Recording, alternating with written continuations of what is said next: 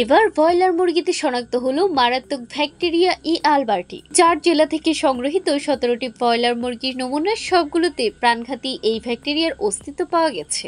বাংলাদেশ কৃষি বিশ্ববিদ্যালয়ের অধ্যাপক ডক্টর জায়েদুল হাসানের গবেষণায় মিলেছে এই ভয়াবহ তথ্য।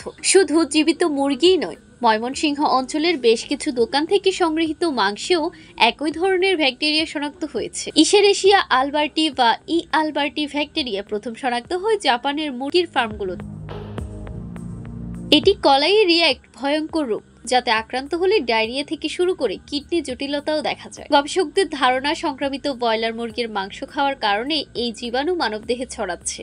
গবেষণা বলেছে, দোকানে মুরগি প্রসেসিং এর সময় স্বাস্থ্যবিদদের মারাত্মক অবহেলায় এই প্রাণঘাতী ব্যাকটেরিয়া ছড়িয়ে পড়ার প্রধান কারণ।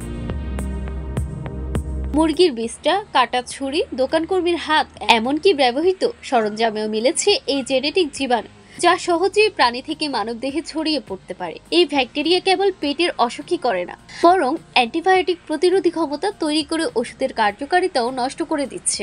গবেষণা অনুযায়ী সংক্রমণের ক্ষেত্রে অন্তত একটির বেশি অ্যান্টিবায়োটিক ব্যর্থ হওয়ার আশঙ্কা 94%, যা ভবিষ্যৎ প্রজন্মের জন্য হতে পারে গভীর স্বাস্থ্য ঝুঁকির কারণ। বিশেষজ্ঞরা বলেছেন, ব্রয়লার মাংসেও সাধারণত বিপজ্জনক মাত্রায় ক্ষতিকর উপাদান না থাকলেও এই নতুন সংক্রমণ থেকে বাঁচতে সচেতনতার বিকল্প নেই। রান্নার আগে ভালোভাবে ধোয়া এবং পর্যাপ্ত সময় ধরে সিদ্ধ করলেই কমবে ই আলবার্টির ঝুঁকি। Jannatul Tahsin, FTV news.